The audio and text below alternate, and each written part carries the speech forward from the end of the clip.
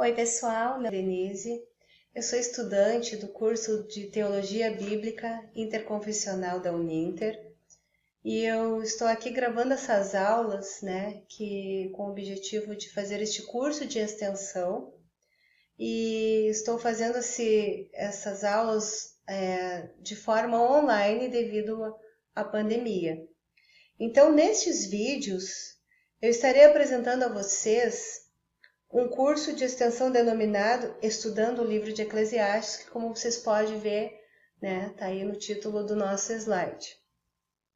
Agora quero falar com vocês qual é o objetivo desse nosso curso, porque nós estamos fazendo esse tema, Estudando o Livro de Eclesiastes.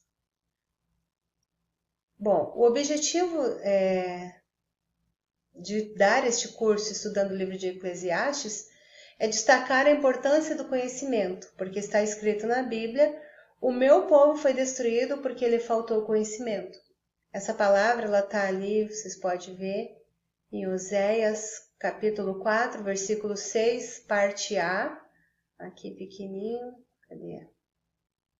Aqui, ó, tem um Azinho, Se ali fosse letra B, significaria que é a segunda parte do versículo. Como aí é a primeira parte, a primeira frase aí do versículo, então é Oséias capítulo 4, versículo 6a.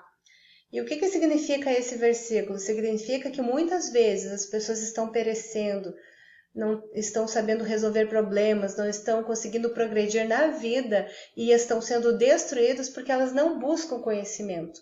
Então, o objetivo de nós estudarmos o livro de Eclesiastes é adquirir conhecimento e usar esse conhecimento na nossa vida, tá bom?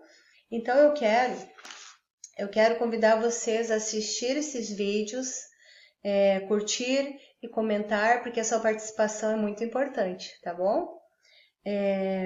Agora eu quero começar então falando, antes de falar propriamente dito deste livro, Eclesiastes, eu quero falar um pouquinho da Bíblia como um todo, tá?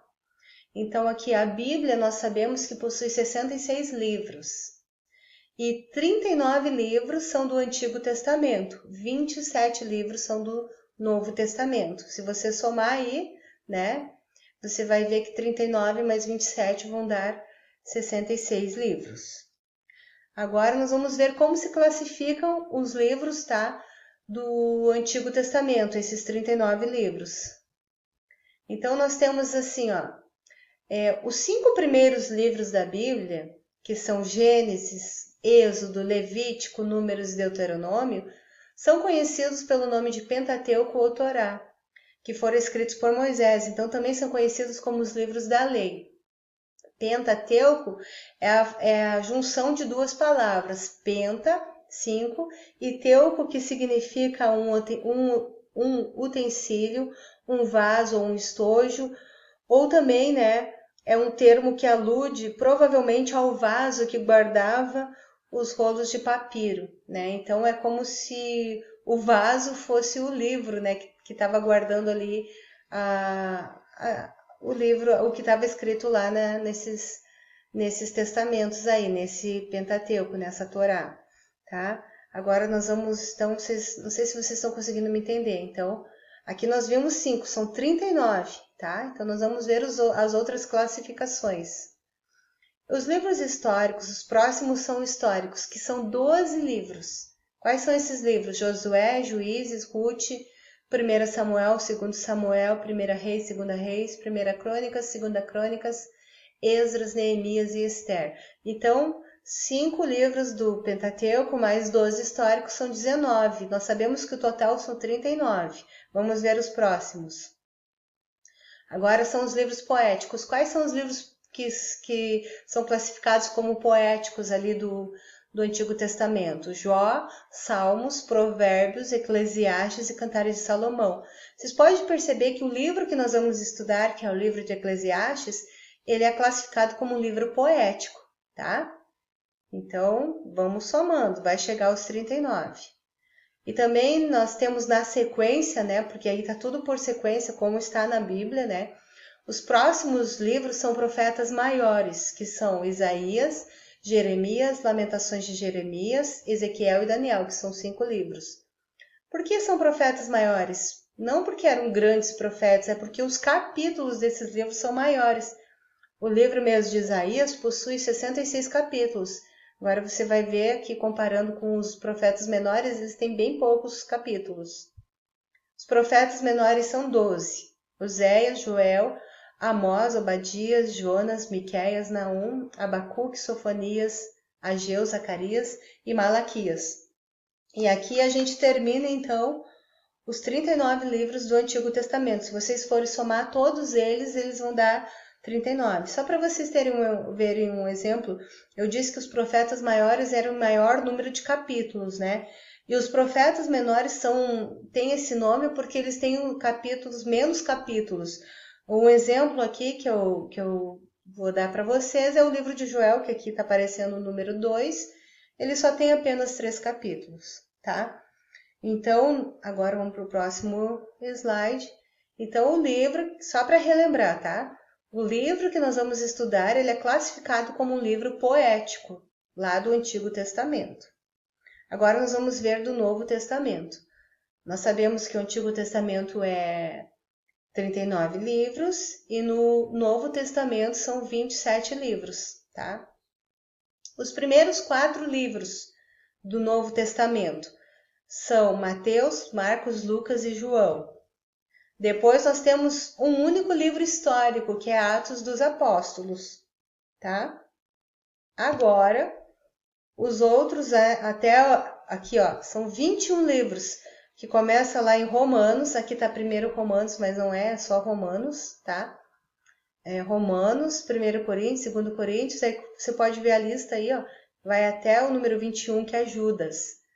E do Romanos, tá? Vou repetir aqui, não é primeiro Romanos, é Romanos. De Romanos até Filemon são as epístolas paulinas. Todos esses livros aqui foram escritos por Paulo. E o Hebreus, provavelmente o autor também é Paulo, mas não foi comprovado, né? Então a gente não conta como epístola paulina. Então esses livros aqui, esses 21 livros são chamados de livros doutrinários. E o último livro, né, do Novo Testamento é o livro de Apocalipse, chamado de livro profético. Tá bom? Então aí a gente deu uma pequena introdução na Bíblia, que são 66 livros, 39 livros do Antigo Testamento, 27 livros do Novo Testamento, somando 66 livros. Agora aqui uma curiosidade, tá? A palavra Bíblia, ela deriva de um vocábulo grego que se pronuncia Biblion, tá? Aqui eu não escrevi aqui a palavra grega. Ela não é escrita assim, ela é escrita lá com as letras gregas. Mas aqui eu só estou colocando a pronúncia da palavra grega, é Biblion, que significa pergaminho, papiro ou livro. E literalmente não é correto dizer que se traduz como coleção de livros pequenos, mas é um termo usado. O que significa isso? Também dizem que Bíblia significa coleção de livros pequenos, mas isso não é uma tradução literal. É apenas falado isso, né? E a palavra biblioteca, ela originou-se da palavra Bíblia, porque como dizem que é uma coleção de livros pequenos, quer dizer assim que é uma estante com vários livros, né? Com vários livros. E por isso foi da palavra Bíblia que se originou a palavra biblioteca. Isso aqui é mais em termos de curiosidade, tá? Agora vamos para o próximo slide. Então, como eu falei para vocês, o livro de Eclesiastes, ele é um livro que é chamado livro poético. E lembrando, ó, Jó, Salmos, Provérbios, Eclesiastes e Cantares de Salomão, né? Que são, no caso, 5 aqui. Então, assim, ó, por que ele é chamado de livro poético? Ele é chamado assim devido à sua predominância poética, pois exerce uma função poética, que é um recurso muito utilizado para valorizar a mensagem da forma que ela está sendo transmitida. Eu vou dar um exemplo para você. Se o autor dos livros poéticos, tá? Eles narrassem simplesmente a história, talvez a gente não tivesse tanto interesse em ouvir essa história. Mas como essa história foi feita e foi narrada de uma maneira poética, isso aí chama muito mais atenção. Principalmente o livro de Jó, né? Porque o livro de Jó fala muitas palavras assim fora do normal, né? Não é alguém só contando a história, é bem dramática a maneira que foi narrada a história ali de Jó, tá bom? Vamos ver aqui o próximo. Os livros poéticos também podem ser chamados de livros sapiensais. Então, ele é poético e também são sapiensais. Por quê? Porque livros sapienciais, o tema é sabedoria. Então, cada vez que você ouvir essa palavra sapienciais, aqui é com C, sapienciais, então quer dizer que está se tratando de sabedoria. Vamos ver o próximo. Então, agora sim, vamos para a introdução do livro de Eclesiastes. O autor é Salomão, o público foi o povo de Deus, o cenário, né, que foi escrito esse livro foi em Jerusalém, em 935 anos antes de Cristo. E livro de Eclesiastes quer dizer o pregador ou o professor, e também no grego pode significar alguém que está se dirigindo a uma assembleia, né, a um número de pessoas. Então, introdução ao livro de Eclesiastes. Vamos ver aqui algumas coisas que eu quero falar com vocês, tá? Os escritores narram suas experiências. Vamos ler esse daqui primeiro, esse Eclesiastes 1,14, tá? Capítulo 1, versículo 14. Atentai para todas as obras que se fazem debaixo do sol, e eis que tudo era vaidade e aflição de espírito. Então, os escritores narram suas experiências, sejam boas ou ruins, experiências que levam o leitor a refletir sobre várias situações da vida, levam à compreensão do porquê algumas fatalidades são de certa forma benéficas para o crescimento e amadurecimento cristão. Então aqui, deixa eu falar com vocês aqui. Vamos lá. Vamos conversar um pouquinho aqui. Então, atribui-se a Salomão a origem do pensamento sapiencial, que a gente já viu que é a sabedoria, e que ele se tornou um exemplo de todos os sábios, tá? Então, o que eu vou falar aqui de sábio? Os sábios ensinavam a verdade de maneira judia. E o que isso significa? Apresentavam um ponto de vista prático e fácil de entender. Então, os sábios deixam totalmente o ensino da moral e passam a ensinar sabedoria da vida, aquela que qualquer um pode aprender sozinho pelo simples fato de ter vivido o suficiente e acumulado uma grande quantidade de experiências comuns. O que isso tudo que eu disse quer dizer? Que Salomão, apesar de ter uma sabedoria dada por Deus, realmente ele era um homem inteligente, um homem culto, todas as coisas que ele escreveu foram baseadas na vida dele. O que ele viveu, o que ele sentiu, o que ele aprendeu com todas essas experiências que ele viveu. Uma coisa que eu gosto assim, de falar de Salomão, que é um homem que tu deve dar crédito, porque ele teve tudo o que ele quis. Daqui a pouco a gente vai estar falando na introdução, né? Algumas coisas assim que Salomão obteve na vida. E ele teve riqueza, ele desfrutou de tudo material que ele quis, que ele tem um versículo mais adiante que a gente vai ver que tudo que o coração dele desejou, ele conseguiu obter, né? E então ele foi um homem que teve riqueza, teve mulheres, teve bens materiais, teve poder, conquistou reinos através de acordos políticos, né? Então ele foi um homem que teve tudo isso, né? Então, se fosse um homem que fosse pobre, que nunca tivesse desfrutado de nenhuma riqueza, não tivesse conseguido conquistar as coisas que ele queria, eu ia dizer, esse homem está falando que a vida é vaidade porque ele nunca conseguiu conquistar nada material, ele é frustrado na vida, por isso que ele está falando que é vaidade. Mas o Salomão a gente pode dar crédito porque ele conseguiu tudo o que queria e ele viu que essas coisas materiais debaixo do sol são vaidade comparado à vida que nos espera, comparado com o que Deus preparou para nós, comparado com temer a Deus e fazer a vontade de Deus, ok?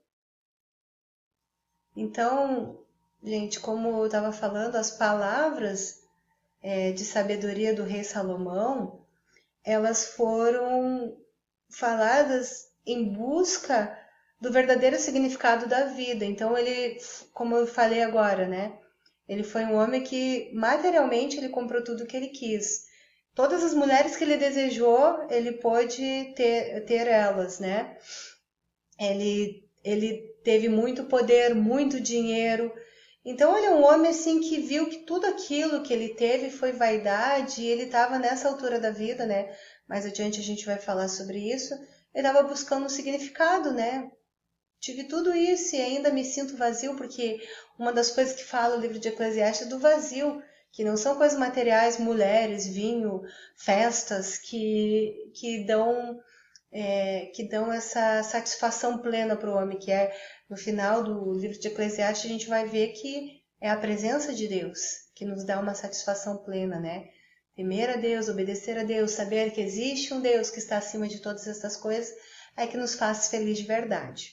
Então, continuando aqui, né, sobre a introdução do livro, eu quero antes dizer para vocês que a gente vai, cada aula, a gente vai estar estudando um capítulo do livro de Eclesiastes, que são 12 capítulos, tá? Então eu quero cada aula pegar e esmiuçar bem cada versículo para a gente entender tudo o que o autor quis dizer. Mas hoje, continuando aqui na introdução, então Salomão foi um homem que teve fama e fortuna, vinho, mulheres e música. Salomão teve tudo isso. E ele descobriu que tudo era vazio e sem significado. No fim, já vou falar para vocês por que esse versículo aqui, né, do Eclesiastes 1:14 está aí na tela ainda. Porque ele tem um determinado momento que ele diz que ele mesmo aplicou-se a descobrir o propósito do significado da vida e apenas concluiu que tudo é vaidade debaixo do sol. Olha o que ele concluiu, tá? Eu atentei para todas as obras que se fazem debaixo do sol, eis que tudo era vaidade e aflição de espírito. O que ele quer dizer com isso aqui, tá? Ele viu assim, poxa, eu tive tudo que eu quis, tudo. E mesmo assim teve momentos que eu me senti muito vazio. Agora, continuando aqui, no fim, o rei Salomão concluiu que a única coisa que realmente valia a pena era temer a Deus e guardar os seus mandamentos. O pregador observa que os seres humanos, em seus esforços, lutando com sua própria força, não podem alcançar nada de duração significativa. Tá? Agora nós vamos para o próximo slide. Então aqui, o que diz isso aqui, antes de nós lermos aqui? Ele percebeu também a respeito de trabalhar e de adquirir dinheiro, né? Sei que nós precisamos trabalhar para poder ter o nosso sustento, mas olha o que ele fala. Trabalho, não estou lendo o versículo, tá? Eu vou fazer um comentário desse versículo e depois eu vou ler o versículo. Trabalho duro, realizações e sucessos não satisfazem os anseios do coração humano. As riquezas não trazem felicidade duradoura, pois assim apontou o pregador. Apontou como? Nesse versículo aqui, né? Eclesiastes capítulo 5, versículo 10, que diz: o que amar o dinheiro nunca se fartará de dinheiro, e quem amar a abundância nunca se fartará da renda. Também isso é vaidade. Agora, nós vamos falar de uma parte, tá? No versículo aqui. Tem uma palavra que eu não escrevi aqui, mas é uma palavra que se chama autoindulgência. O que significa autoindulgência? Tem a ver com esse versículo. Alguém que desculpa os seus próprios atos ou decisões, alguém que acha que tudo que ele fez de uma certa forma foi certo, né? E sempre acha uma desculpa. Eu fiz isso por causa daquilo, eu fiz aquele outro por causa daquele outro motivo, entendeu? Sempre ele tem uma desculpa para ter feito alguma ação, né? De agir da maneira como ele agiu. Então vamos ler esse aqui, Eclesiastes capítulo 2, versículo 10. E tudo quanto desejaram os meus olhos, não lhes neguei. Nem privei o meu coração de alegria alguma, mas o meu coração se alegrou por todo o meu trabalho, e esta foi a minha porção de todo o meu trabalho. Então aqui ele está se vangloriando, né? Dizendo, tudo que eu desejei eu tive, o trabalho da minha mão foi muito bom, todo esse reino aí construído foi por causa do meu trabalho. Então aqui, o que a gente pode ver, né? A gente pode ver que prazer e autoindulgência também não satisfazem os anseios do coração humano. Então, autoindulgência, assim, como eu falei no início, alguém que se desculpa pelos próprios atos e decisões. Mas mesmo ele vendo uma justificativa para tudo que ele fez e achar bom tudo que ele fez, ele diz que isso também não satisfaz o coração por inteiro, que ainda fica um vazio no coração, tá? É isso que quer dizer. Vamos ver aqui. Olha só, eu coloquei esse versículo aqui, ó. Jeremias, capítulo 17, versículo 9. Enganoso é o coração, mais do que todas as coisas, e perverso. Quem o conhecerá? Por que eu coloquei estes versículos aqui, tá? É porque nesse pouco tempo aqui que eu estou fazendo a introdução do livro de Eclesiastes, eu achei muitas vezes a palavra coração, né? Então, assim, pode ver que o próprio versículo aqui, né? Vamos voltar aqui no versículo. Ele fala que o coração é enganoso. Então, a Bíblia fala isso, né? Por que a gente deseja coisas? O nosso coração deseja, o nosso coração quer. Mas simplesmente porque o coração quer e deseja e eu conseguir aquilo que o meu coração deseja, não me traz prazer, porque o coração é enganoso. Às vezes o coração não sabe realmente o que vai nos fazer bem, porque o coração quer. E quando o coração consegue, ele fica feliz, mas aquilo é um prazer momentâneo, tá? Então, por isso que eu quis colocar esse versículo de Jeremias. Não sei se vocês entenderam, tá? Agora vamos ver aqui. Então, eu falei que eu vi em poucos versículos, eu vi a palavra coração muitas vezes. Agora, outras palavras também que tem várias vezes no livro de Eclesiastes, são essas aqui. As palavras que são fundamentais no livro de Eclesiastes, né? Que sempre tu vai achar ela muitas vezes. É a palavra homem, que foi empregada 47 vezes no livro de Eclesiastes, a palavra trabalho, que foi empregada 36 vezes, as 3 palavrinhas aqui sobre o sol, 30 vezes, e vaidade, 37 vezes, tá? Vamos passar aqui. Agora aqui esse versículo, Eclesiastes, capítulo 9, versículo 11. Ele fala aqui nesse versículo sobre que a vida às vezes não é justa. O que diz o versículo? Voltei-me e vi debaixo do sol que não é dos ligeiros a carreira. O que significa? Não é porque alguém corre mais que o outro que ele vai adquirir mais. Então ele está falando de justiça. Tem gente às vezes que trabalha muito mais e nem por isso significa que está ganhando mais ou tendo mais vantagem na vida. E também que quem tem mais não é aquele que é valente. Às vezes tu vê alguém que é medroso, que não quer encarar nada, às vezes essa pessoa tem até mais do que aquele que é valente, né? E nem dos valentes a peleja, nem tampouco dos sábios o pão.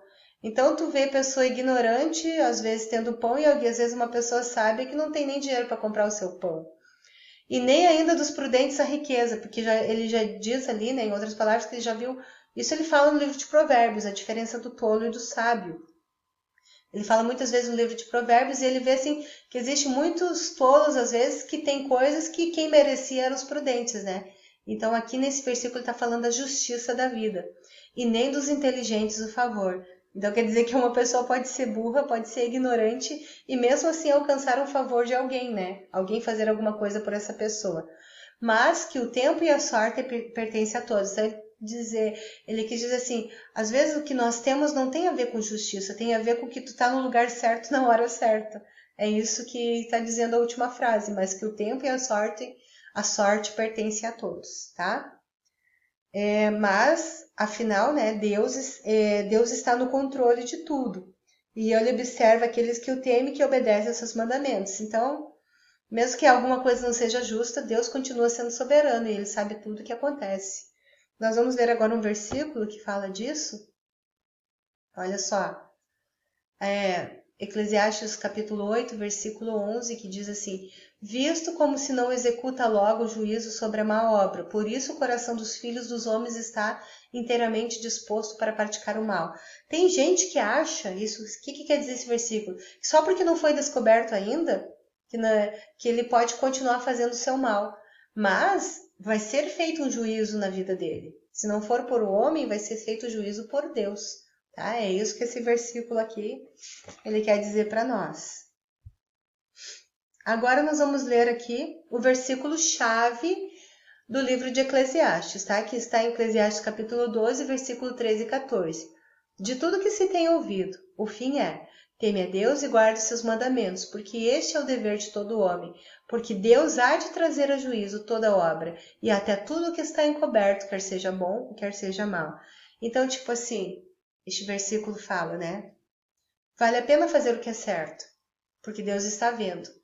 E quando alguém faz o certo, às vezes ele faz o certo não porque alguma pessoa mereça que a gente haja corretamente com ela.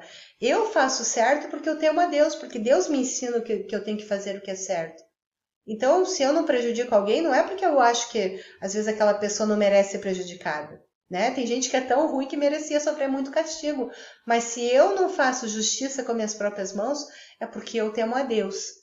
E tem também, por que nós temos que temer a Deus? Porque Deus, ele traz à tona tudo que está escondido, que é o que diz o versículo 14. Tanto as coisas boas que alguém faz em oculto, quanto as coisas más que alguém faz em oculto, um dia Deus vai trazer tudo à tona.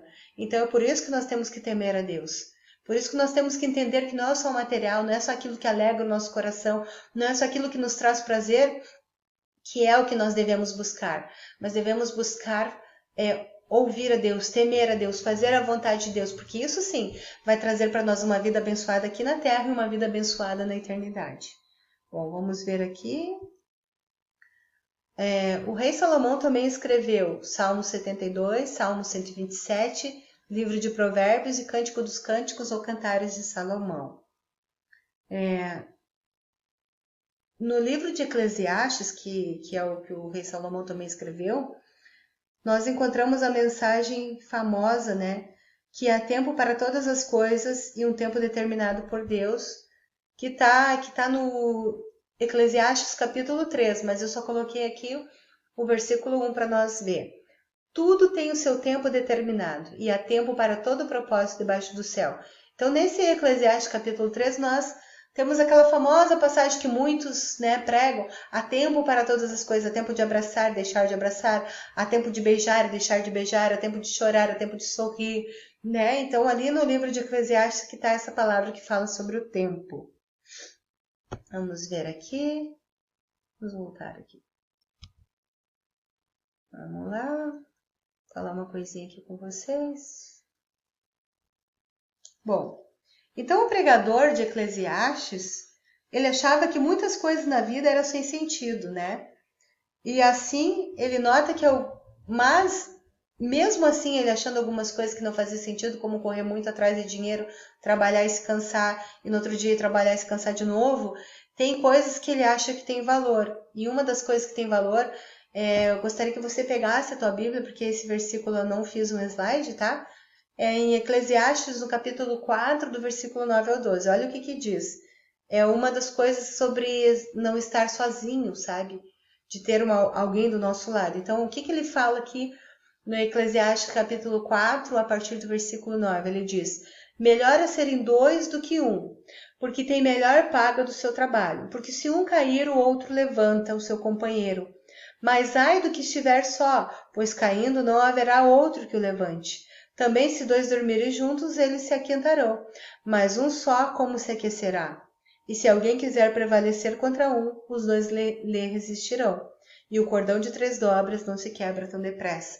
Então, apesar dele falar que muitas coisas são vaidade, ele valoriza muito o companheirismo, né? Alguém não estar sozinho. Outra coisa também que eu quero falar com vocês é que o livro de Eclesiastes traz uma série de conselhos para o homem que pensa que bens materiais e excesso de conhecimento já bastam para viver tranquilo e feliz. Vaidade aqui neste livro significa vazio ou sem valor. Uma observação: Salomão já era idoso quando ele escreveu o livro de Eclesiastes, porque ele fala muito da sua juventude, né? E em Eclesiastes 12 ele fala sobre a juventude e velhice, ele compara ali. E agora o final aqui, para nós ver aqui, né? Tá.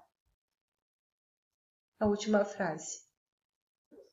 Então, como diz aqui essa frase aqui do nosso slide, a vida sem Deus ou fora da vontade de Deus é fútil. Então, assim, o que eu posso concluir, com o livro de Eclesiastes? O objetivo desse livro é descobrir qual é o sentido da vida e qual é o melhor bem que a pessoa pode adquirir na vida. Então, por várias coisas assim que eu li, eu entendo que o que eu de melhor posso adquirir na vida é temer a Deus, né? É temer a Deus, que isso é o que o pregador conclui, né? Por quê? Porque ele viu aqui, ó, ele considerou aqui no livro de Eclesiastes que todo o trabalho humano é vaidade. Por quê? Porque o fim de todos é a morte. Então, tem um versículo no Novo Testamento que fala de que vale o homem ganhar o mundo inteiro e perder a salvação da sua alma. Não sei se é Mateus 26:16 ou 16:26, né? Então é mais ou menos isso que o Salomão quis dizer, que o homem trabalha, adquire, mas e no final de tudo, depois que ele morrer, né? O que vai ser dele? Então vale a pena ter uma vida conquistando, sim, sentindo prazeres, sim, mas acima de tudo temendo a Deus, porque a nossa vida, o fim não é aqui na Terra, né? Temos uma vida além dessa. E aqui para concluir, né, a nossa primeira aula, eu já ouvi pregações, uma vez eu ouvi numa pregação, alguém que pregou e disse assim que esse livro é pessimista. Mas essa mesma pessoa que pregou, ela falou que nos capítulos 11 e 12 de Salomão, a gente volta a ter esperança novamente, né? De que tudo não vai terminar apenas na morte. E porque se o homem vive a vida, adquire, trabalha, se esforça, desfruta de prazeres, mas se ele teme a Deus, vale a pena viver, vale a pena conquistar, vale a pena, né, realizar sonhos, projetos, mesmo que se canse, mesmo que saiba que debaixo do sol significa assim, ó, depois que escurece, né? Tipo, um dia de cada vez debaixo do sol significa também nós estamos na terra, né? Debaixo do sol acontece várias coisas, durante o dia acontece várias coisas. Então, assim, o porquê o melhor da vida, né? Alguém só tem de verdade se essa pessoa conseguir temer a Deus e guardar os seus mandamentos, que é o que conclui o capítulo 12 ali do livro de Eclesiastes. Nós já lemos ali o capítulo 12, versículo 13 e 14. E eu quero mais uma vez repetir essa frase. A vida sem Deus ou fora da vontade de Deus é fútil, tá? Então, eu termino agora então essa aula e espero vocês para a nossa aula número 2, onde nós estaremos estudando minuciosamente né, e esmiuçando o primeiro capítulo do livro de Eclesiastes. Até lá, fique com Deus.